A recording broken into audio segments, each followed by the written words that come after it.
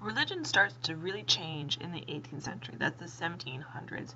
And it really starts to change because you get a lot more new people, European people, coming to America. So if we take a look at this map and some of this data here, in the 18th century, migration to the 13 colonies. This is in 1700s, the 18th century.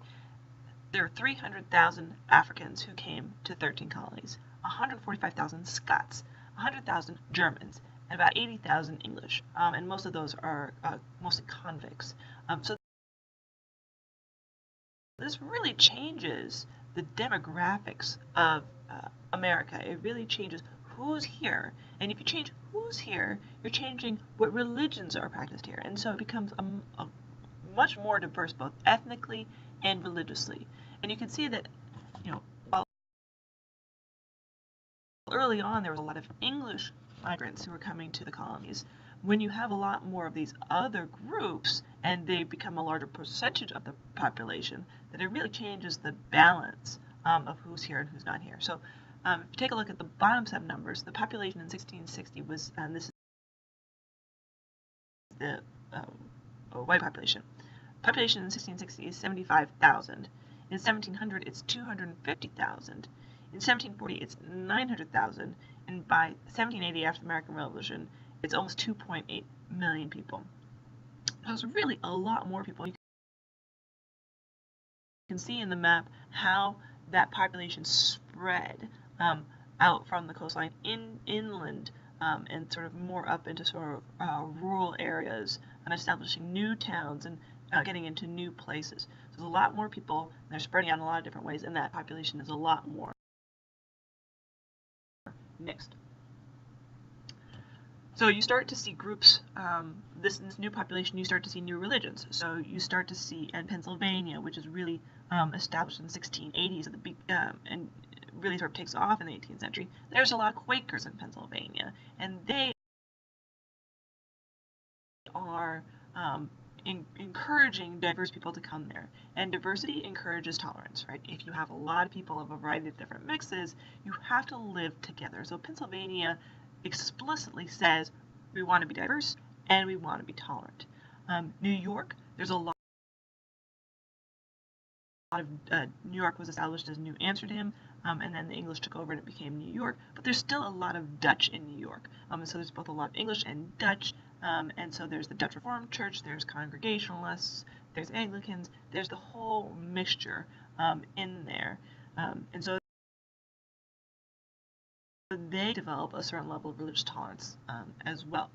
There's also a lot of Germans, and they are German Reformed, they're Moravian, they're Lutheran. They come to New York, they come to Pennsylvania. There are more Catholics in Maryland. They encourage Catholics to come there. There's a lot of Presbyterians, that Scots and Scots Irish come to New Jersey and to come to Pennsylvania. And this is very striking to colonists, right? And especially as it coincides with the slave trade boom. So all of a sudden, it seems in America that there are a lot of people speaking lots of different languages and practicing a lot of different faiths. And it's very shocking to sort of their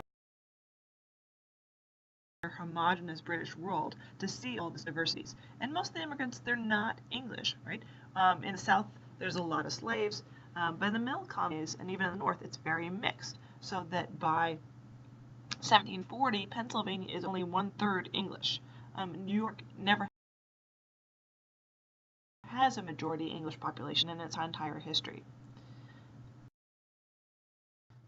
So this is a religious tolerance, right? The legal belief that people should not be prosecuted for their religious beliefs, and that it's strongest in Rhode Island, Pennsylvania, North Carolina, and New York. I didn't put that on here, but and New York in the 18th century. And this is really sort of pushed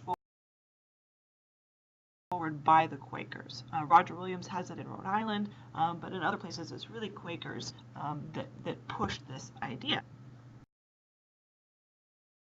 And here we have an image of William Penn. He's the founder of Pennsylvania, and he becomes known for his generous attitude towards others. And he is one that believes that all men and women can experience religious inspiration if you study the Bible, that you can know the truth without the help of God. And Penn and the Quakers are persecuted in England, And so they established Pennsylvania to establish a tolerant colony, not just for themselves, but they invite other people. They invite German Lutherans, German Reformed, German Catholics, French Presbyterians, Spanish Jews, Irish Catholics, Scotch Irish Presbyterians, Moravians, English Baptists, Anglicans, Congregations. They invite everybody. They set out to be religiously tolerant, and so you see this image of them getting along with Native Americans, and that was also part of it, that they were welcoming the Native Americans, that they trade with them. Here is Pennsylvania's Charter of Privileges, their sort of founding document written in 1701.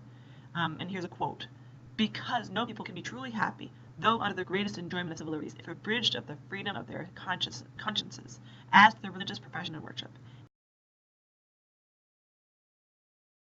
And Almighty God, being the only Lord of conscience, Father of lights and spirits, and the author as well as object of all divine knowledge, faith, and worship, who only doth enlighten the minds, and persuade and convince the understandings of people, I do hereby grant and declare that no person or persons inhabiting in this province or territories shall confess and acknowledge one Almighty God,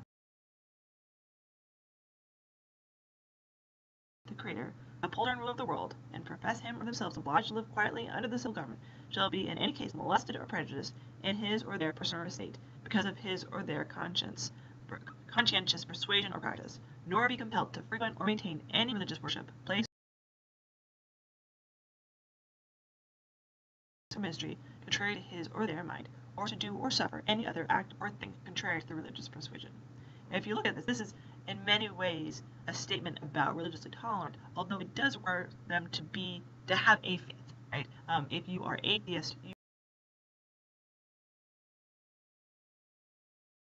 are still very much suspect, although atheism doesn't really exist as a thing in 1701. It only emerges in about 1730s.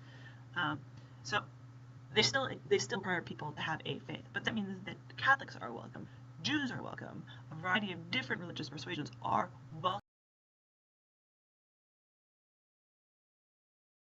and you can own land, and you can vote, and you can hold office.